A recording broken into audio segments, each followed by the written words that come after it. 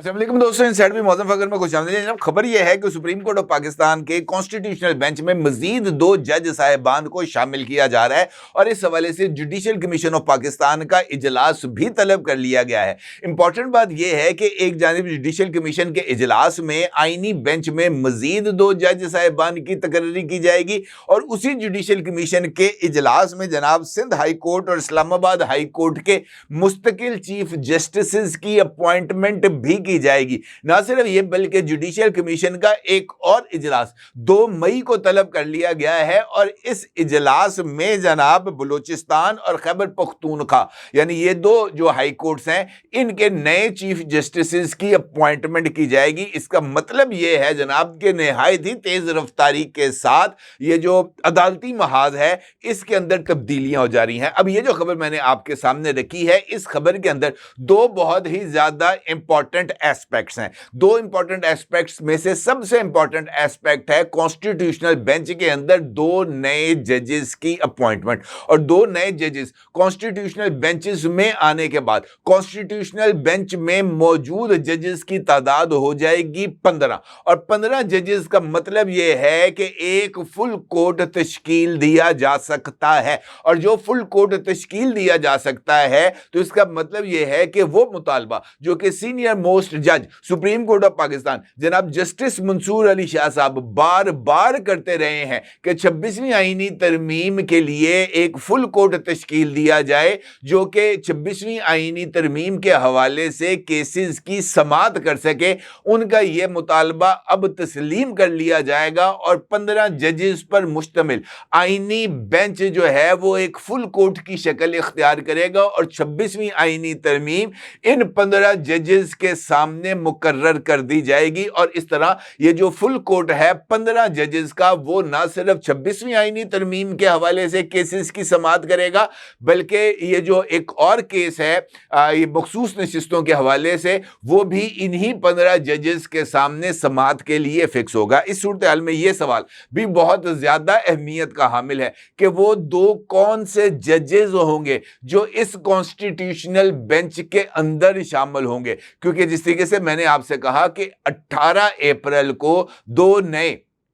जजेस को constitutional bench के अंदर शामिल किया जाएगा। तो इसका मतलब यह है कि ये जो 15 का मैजिकल फिगर हासिल करना है जो आईनी नौयत के मुकदमात सुन सकेंगे तो उसमें से 2 नए जजेस शामिल होंगे। अब इस सूरत हाल में वो जजेस क्या मंसूर अली शाह साहब होंगे या मुनीब अख्तर साहब होंगे या आयशा मलिक साहिबा होंगी या जनाब अतर मिन अल्लाह साहब होंगे, क्योंकि अभी तक अगर देखा जाए तो यही वो जज साहिबान हैं जो कि कॉन्स्टिट्यूशनल बेंच के अंदर शामिल नहीं हो सके या उसके साथ वो 2 जज साहिबान हैं जो अभी recently supreme court of Pakistan में एलिवेट हुए हैं, जिनमें से एक जज जनाब जस्टिस अली बाकर नजफी साहब अभी जो recently supreme court of Pakistan में अपॉइंट हुए हैं जनाब जस्टिस अली बाकर नजफी साहब, उनका बारे में भी ये राय पाई जाती है कि वो कॉन्स्टिट्यूशनल बेंच में आएंगे। इंपॉर्टेंट बात यह है कि जनाब जस्टिस अली बाकर नजफी साहब की अपॉइंटमेंट में जनाब जस्टिस याया फरीदी साहब, मंसूर अली शाह साहब, मुनीब अख्तर साहब और जमाल खान मंदोखेल साहब की तरफ से इख्तलाफी नोट आया था और इन 4 जज साहिबान की तरफ से जनाब अली बाकर नजफी साहब को सुप्रीम कोर्ट लाने के फैसले की मुखालफत की गई थी। लेकिन उनकी मुखालफत के बावजूद पाकिस्तान तहरीक इंसाफ के 2 वोट जो कि जनाब बैरिस्टर गौहर अली खान साहब और जनाब अली जफर साहब की तरफ से दिए गए थे, उन 2 वोटों की वजह से जनाब अली बाकर नजफी साहब जो हैं वो ना सिर्फ सुप्रीम कोर्ट आए बल्कि अब मुमकिना तौर पर कॉन्स्टिट्यूशनल बेंच के अंदर भी जनाब अली बाकर नजफी साहब शामिल हो जाएंगे। तो मुझे ऐसे लगता है कि इस मर्तबा एक जानिब जनाब मंसूर अली शाह साहब जो है वो कॉन्स्टिट्यूशनल बेंच के अंदर शामिल होंगे, जबकि दूसरे साथ जो जज साहिबान उसमें शामिल होंगे वो अली बाकर नजफी साहब होंगे और फिर यही जो कॉन्स्टिट्यूशनल बेंच है वो आगे चलकर जनाब 26वीं आईनी तरमीम के हवाले से केस की समाअत करेगा। दूसरी जानिब इसी जुडिशल कमीशन के इजलास में जो दूसरा इंपॉर्टेंट फैसला होने जा रहा है वो है इस्लामाबाद हाई कोर्ट में मुस्तकिल चीफ जस्टिस की अपॉइंटमेंट। और अभी 26वीं आईनी तरमीम के तहत जो नया तरीक़ाकार वजह किया गया है चीफ जस्टिस की अपॉइंटमेंट के लिए, तो उसमें 3 टॉप मोस्ट जो सीनियर मोस्ट जजेस हैं उनमें से एक जज को chief justice Islamabad high court लगाया जाएगा। अब ये जो जुडिशियल कमीशन का इजलास होने जा रहा है 18 अप्रैल को, तो उसमें 3 जजेस के नाम सामने आएंगे, जिसमें से इस वक्त सीनियर मोस्ट जज हैं जो कायम मुकाम चीफ जस्टिस के तौर पर फराइज सर अंजाम दे रहे हैं, जनाब सरफराज डोगर साहब। दूसरे नंबर पर होंगे जनाब मोहसिन अख्तर कियानी साहब, जबकि तीसरे नंबर के जज हैं इसमें जनाब जस्टिस मियां गुल हसन औरंगजेब साहब। अब जस्टिस गुल हसन औरंगजेब साहब इस वक्त कायम मुकाम जज हैं सुप्रीम कोर्ट ऑफ पाकिस्तान के, लेकिन इसके बावजूद वो जो मुस्तकिल जज हैं वो इस्लामाबाद हाई कोर्ट के हैं और सीनियर मोस्ट जज होने की हैसियत से उनका नाम भी ज़ेरे गौर आएगा। अब 18 अप्रैल को होने वाले इस इजलास से पहले 17 अप्रैल को जनाब जस्टिस मोहम्मद अली मजहर साहब की ज़ेरे सरबराही जो 5 रुकनी कॉन्स्टिट्यूशनल बेंच तश्कील पाया था इन जज साहिबान के लिए, जो कि जिन्होंने जनाब सरफराज डोगर साहब की अपॉइंटमेंट को चैलेंज किया था, उनके हवाले से कि जनाब ये जो सीनियरिटी का प्रिंसिपल है, क्या वो सीनियरिटी का प्रिंसिपल सरफराज डोगर साहब पर अप्लाई होगा? क्या लाहौर हाई कोर्ट के अंदर जो उन्होंने काम किया था वो सीनियरिटी को अपने साथ कैरी करके वो इस्लामाबाद हाई कोर्ट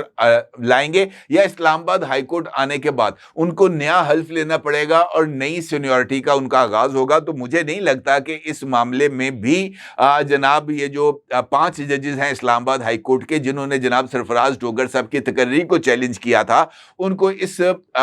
मामले में किसी तरह का कोई रिलीफ मिलेगा। क्योंकि अगर आप ये जो कॉन्स्टिट्यूशनल बेंच है जिसने कल समाअत की थी, इसकी अगर आप प्रोसीडिंग्स देखें तो वहां पर एक पॉइंट जिसका इजहार जनाब मोहम्मद अली मजहर साहब ने किया था वो बहुत ज़्यादा अहमियत का हामिल है। जस्टिस मोहम्मद अली मजहर साहब का ये कहना था कि जब हम आर्जी तौर पर जज लगते हैं किसी भी हाई कोर्ट के, तो उसके बाद हम वहां पर 1 साल काम करें या 2 साल काम करें, उसके बाद हम जब मुस्तकिल जज बनते हैं तो हमें एक नया हल्फ लेना पड़ता है। और जो आपने बतौर आर्जी जज यानी एडहॉक जज के तौर पर आपने